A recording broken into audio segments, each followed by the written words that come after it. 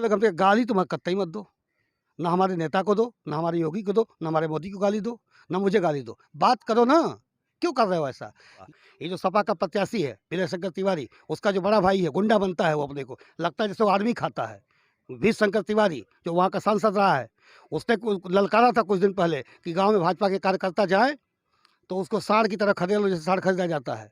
मैं कहता हूँ जिस दिन भाजपा का कार्यकर्ता खदेड़ना शुरू करेगा ना, तो वी शंकर तिवारी तुम्हारी और तुम्हारे भाई विनय शंकर तिवारी छोड़ो, तुम्हारे अखिलेश यादव आका की भी गांव में घुसने की जगह नहीं मिलेगी। वो फ्रॉड वाला व्यक्ति, सीबीआई जिसके पीछे पड़ी है वो हमारा नेता होगा, फ्रॉड व्यक्ति मेरा नेता होगा, ईडी जिसके पीछे पड़ी वो मेरा नेता होगा, ये जिसके लफंगे ऐसे गुंडे हैं जो गांव का झंडा उतरवाते हैं जबरदस्ती, वो हमारा नेता होगा। 27 में मैं चिल्लू पाल से दावेदारी करने नहीं जा रहा हूँ। ये आपका अंतिम चुनाव। हाँ बिल्कुल, मेरा ये अंतिम चुनाव है चिल्लू पाल के लिए। मैं राजनीति करूँगा, मैं संगठन में ही रहूँगा, संगठन से मांगूंगा जो मुझे दायित्व आगे मिलेगा। मैं चिल्लू पाल की जनता को तो नहीं छोड़ सकता ना, लेकिन अगर ये जनाब कहीं सफल हो गए तो फिर ये सफल होंगे, फिर दोबारा ये सफल होंगे, फिर दोबारा बेटा सफल होगा, फिर बेटे का बेटा सफल होगा, फिर बेटे का बेटा आएगा।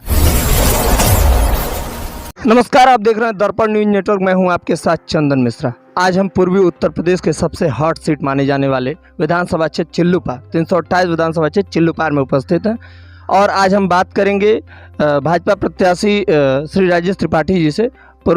मंत्री भी रह चुके हैं, विधायक भी रह चुके हैं। और सबसे पहले स्वागत है सर आपका। आपका भी स्वागत है हमारे चिल्लूपार में। सर, एक क्वेश्चन है कि इस बार जातिवाद या फिर विकास चिल्लूपार में विकास, केवल विकास और दबंगई की राजनीति, गुंडई की राजनीति, खरीद फरोख्त की राजनीति का विनाश, ये है यहाँ का प्रयास, ये है जनता का यहाँ का प्रयास, ये है अभियान। केवल विकास, दबंगई का विनाश, गुंडई का विनाश, माफियागिरी का विनाश, खरीद फरोख्त का विनाश, सरलता, सहजता, साहित्य और शिक्षा के उत्थान का विकास। सर, जो अभी कौड़िया में आपके साथ घटना हुई उस पर आप क्या कहें? मैं वही कह रहा था ना, दबंगई का विनाश, यही तो बात हो रही। आप अगर लोकतंत्र में हो और लोकतंत्र में आपने 5 साल काम किया है तो आप जनता के बीच जाओ, मैंने ये काम किया, मैं ये काम करूँगा, आप उसका वोट मांगो। लेकिन अपने चढ़ा करके अपने मनबढ़ कार्यकर्ताओं को आप जो है बदतमीजी कराएंगे। उस दिन कौड़िया में क्या हुआ? कौड़िया में मैं अपने समर्थकों के साथ जनसंपर्क कर रहा था। वहाँ का जो उत्साह था, वहाँ ब्राह्मण समाज का, दलित समाज का, विसाध समाज का पूरा एक एक घर के 2-2 लोग, 3-3 लड़के निकल पड़े, सैकड़ों की संख्या हो गई। और रात का समय था, 7:30 बज रहा था। हम ब्राह्मण बस्ती घूम करके और किनारे से जा रहे थे दलित बस्ती, बीच रोड पकड़ करके। दूर घर है जो है वहाँ भरत यादव का, जो जिला पंचायत सदस्य वो व्यक्ति रहा है, उस व्यक्ति का काफ़ी दूर घर है। सड़क के किनारे आ करके और पूरी की तरीके से जो है हूटिंग करना, योगी मुर्दाबाद, मोदी मुर्दाबाद, अपशब्द कहना, राजेश मुर्दाबाद, मेरे बारे में गंदी गालियाँ देना, ये शुरू किया उन लोगों ने। कार्यकर्ता हमारे साथ भी थे। अगर हम लोगों ने अपने लोगों को उस समय वहाँ नहीं रोका होता तो वहीं अनर्थ होता, विवाद बढ़ जाता, मारपीट हो जाती। हम लोग अवॉइड किए, अपने कार्यकर्ताओं को ज़बरदस्ती समझा बुझा के आगे लेके चले गए। जब हम लोग दलित बस्ती की तरफ बढ़े तो पीछे पीछे वो लोग हूटिंग करते हुए लाठी डंडा ले करके, वो 20-25 लड़के, 18 से 25 के इर्द गिर्द के लड़के रहे होंगे, 2-4 उसमें और सयाने थे, वो ले करके और फिर वही चीज़, वही अपशब्द कहना, वही गालियाँ देना और अखिलेश यादव जिंदाबाद करना। मुझे अखिलेश यादव जिंदाबाद आप करो, आप उनके कार्यकर्ता हो, मुझे कोई दिक्कत नहीं, लेकिन मोदी मुर्दाबाद या रिया के बोलना या माँ बहन की गालियाँ देना, ये कौन सा संस्कार था? फिर भी वो पीछे हम लोग आगे चल रहे, तो पीछे चल रहे थे। ये लोकतंत्र की, स्वस्थ लोकतंत्र की पहचान तो है नहीं। फिर हम लोग जब उधर से लौटे, निषाद बस्ती होकर लौट रहे थे, उधर से ये लोग, उधर से हम लोग, आमने सामने वहाँ हो गए हम लोग। अब स्वाभाविक रूप से एक तरफ जिंदाबाद चल रहा है, मोदी योगी जिंदाबाद, दूसरी तरफ से मुर्दाबाद चल रहा है, तनाव तो होगा। फिर हम लोगों ने वहाँ अवॉइड किया। फिर हम लोगों ने कहा कि नहीं, हम लोग दलित बस्ती में आए हैं और दलित बेचारे, आतंक का आलम देखिए, बेचारे कैसे जीते होंगे वहाँ के दलित। ये लोग तो चैन से रहने, पता नहीं वहाँ की बहू बेटियों के साथ ये लोग कैसा व्यवहार करते होंगे, ये आतंक। और वो 20-25 की संख्या में, हम 100 से ऊपर की संख्या में थे, पूरा गाँव उत्साह उमड़ा हुआ था। इसके बाद ये स्थिति थी। वहाँ भी हम लोगों ने इनवाइट किया वहाँ पे कि चलो छोड़ो हटाओ, समझाया बुझाया, अलग कराया और फिर हम लोग निकले और हम अपनी गाड़ी के पास उसी पिच रोड से वापस जा रहे थे।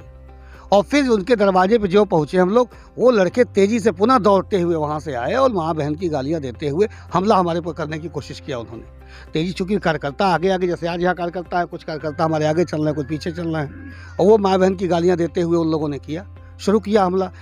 यूँ ही प्रयास किया तब तक हमारे कार्यकर्ता आगे आ गए, उत्तम कुत्ता हो गए लोग।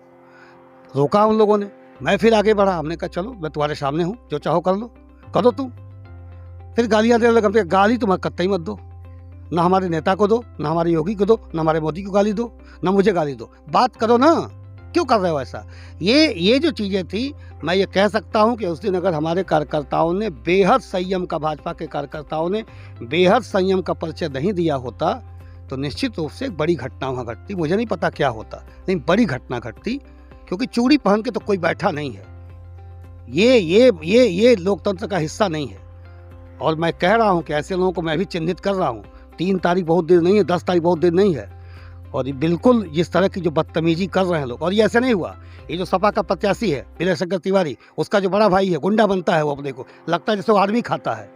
वी शंकर तिवारी जो वहाँ का सांसद रहा है, उसने ललकारा था कुछ दिन पहले कि गांव में भाजपा के कार्यकर्ता जाए तो उसको साड़ की तरह खदेड़ लो, जैसे साड़ खरीदा जाता है।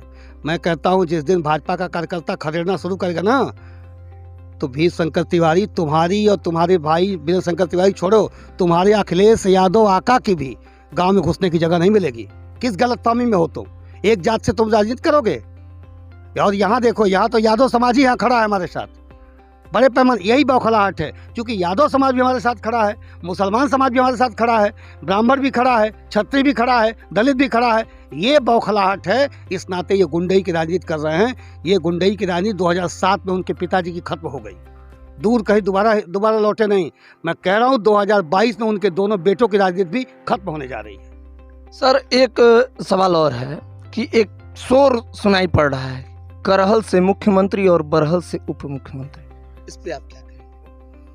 अगर वो कौन सा एक वो है ख्याली पुलाव जिसको कहते हैं, अगर ये ख्याली पुलाव है तो पहली बात तो नारा ही बनाने वाले ने गलत बना दिया।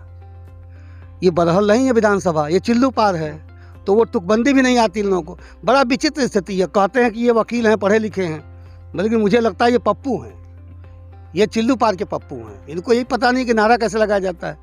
करहल में चिल्लू पार कैसे जुड़ेगा भाई? तो न करहल से कोई सीएम होने जा रहा है और न चिल्लू पार से कोई जीतने उतने जा रहा है। करहल से सीएम की दावेदारी कर रहे हैं, उस पे करने दीजिए। दावेदारी से क्या होता है? जनता मन बना के बैठी है, आएंगे तो योगी ही।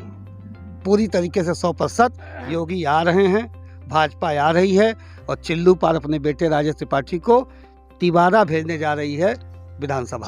चिल्लू पार की जनता से क्या अपील करेंगे? चिल्लू पार की जनता से क्या अपील करना चाहिए?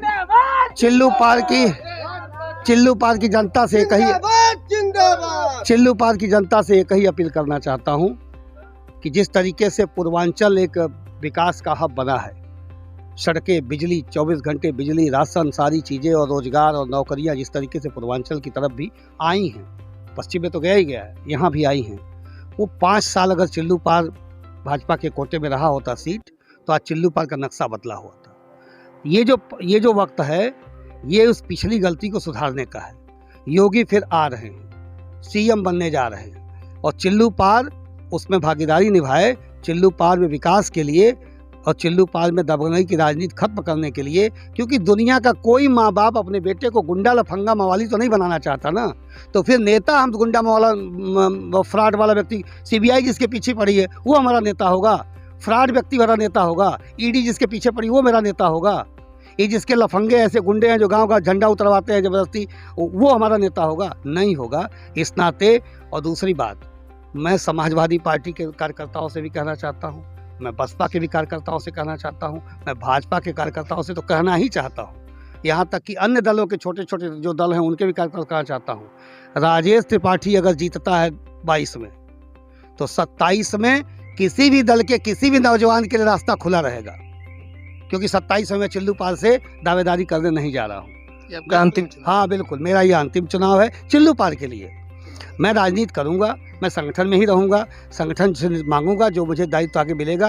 मैं चिल्लूपार की जनता को तो नहीं छोड़ सकता ना, चिल्लूपार की जनता का एहसान मेरे रोम रोम में है, तो वो तो जीवन पर्यंत निभाऊंगा, जब तक जान सांस में सांस रहेगी, लड़ता रहूंगा, इन आतताइयों से हमेशा लड़ता रहूंगा।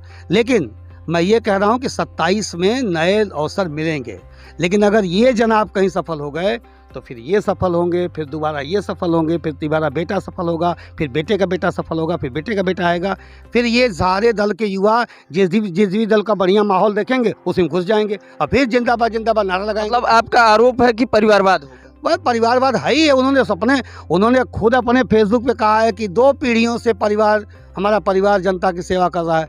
तो फिर जिस परिवारवाद की लड़ाई मोदी लड़ रहे हैं दिल्ली में, जिस परिवारवाद के खात्मे की लड़ाई योगी लड़ रहे हैं यूपी में, वो परिवारवाद यहाँ भी ना, यहाँ परिवारवाद नहीं चलेगा। चिल्लूपार में कोई राजनीतिक दल हो, एक से एक प्रतिभाएं हैं, एक से एक नौजवान हैं, पता नहीं कौन किसके तकदीर में विधायकी लिखी हुई है, जनता की सेवा लिखी हुई है, क्यों इनके पीछे पीछे घूमे? कल तक जो है बसपा वाले इनके पीछे कार्यकर्ता बेचारे घूमे, अब सपा लोग घुमा रहे हैं, कल को ये फिर भाजपा वाले में चले जाएंगे, कांग्रेस चले जाएंगे। इनका यही काम है, जहां मौका देखो घुस जाओ। लेकिन विपक्ष का आरोप है कि वो कहते हैं कि हम समाजवाद की बात करते हैं, हम सबकी बात करते हैं, वो तो जातिवाद की बात करते हैं। समाजवाद यहाँ है, जातिवाद वहाँ है। समाजवाद यहाँ है, सबका साथ, सबका विकास, सबका विश्वास और सबका प्रयास। हमारा जो है राष्ट्रपति कौन है? भारतीय जनता पार्टी के लोगों ने राष्ट्रपति कौन बनाया? एक दलित के बेटे को। भाजपा का जो है वो सरकार में भारत का प्रधानमंत्री कौन है? एक अति पिछड़े का बेटा है।